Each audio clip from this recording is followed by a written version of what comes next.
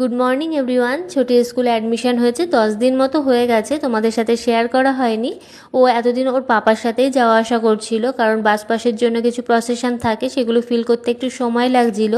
তারপরেও কিন্তু এই যে বড় বড় বাসগুলো দেখতে পাচ্ছ, এগুলোতেও সিট পায়নি, কারণ পুরো ফুল হয়ে রয়েছে। সেই জন্য এই গাড়ি ওর জন্য ঠিক করা হয়েছে। এগুলো ভেতরেরই গাড়ি, কিন্তু একটু অন্যরকম দেখতে। বছরের মাঝখানে আসলে না এরকম সমস্যাগুলো হতে থাকে, কিন্তু কিছু করার নেই। যতদিন ওই বাসগুলোতে সিট না খালি হচ্ছে ততদিনও জায়গা পাবে না। সিট খালি হলে আবার জায়গা পেয়ে যাবে, তখন ওই বাসেই যেতে পারবে। তো ওকে দিয়ে তারপরে আমি ঘরে চলে আসলাম। ঘরে এসে দেখো ঘরের কাজগুলো করে নিচ্ছি। আমার এখানে একটা সমস্যা কি হয়েছে জানো তো, এখানে যে চারপাইগুলো দিয়েছে তাতে একটা চারপাইতে দুজন শুতে পারবে, তিনজন না। সেই জন্য আমি দুটো চারপাই জোড়া করে নিয়েছি। জোড়া করার পর খাটটা এত বড় হয়ে গেছে যে আমার একটা বিছানার চাদরও ফিট হচ্ছে না। এখন বাড়িতে রয়েছে বিছানার চাদর, সেটাকে নিয়ে এসে দেখবো ওই মাপটা যদি ঠিক থাকে তাহলে এরপর থেকে ওই বিছানার চাদরই কিনতে হবে। কিছু করার নেই, কি একটা যে সমস্যা তা বলার মতো না।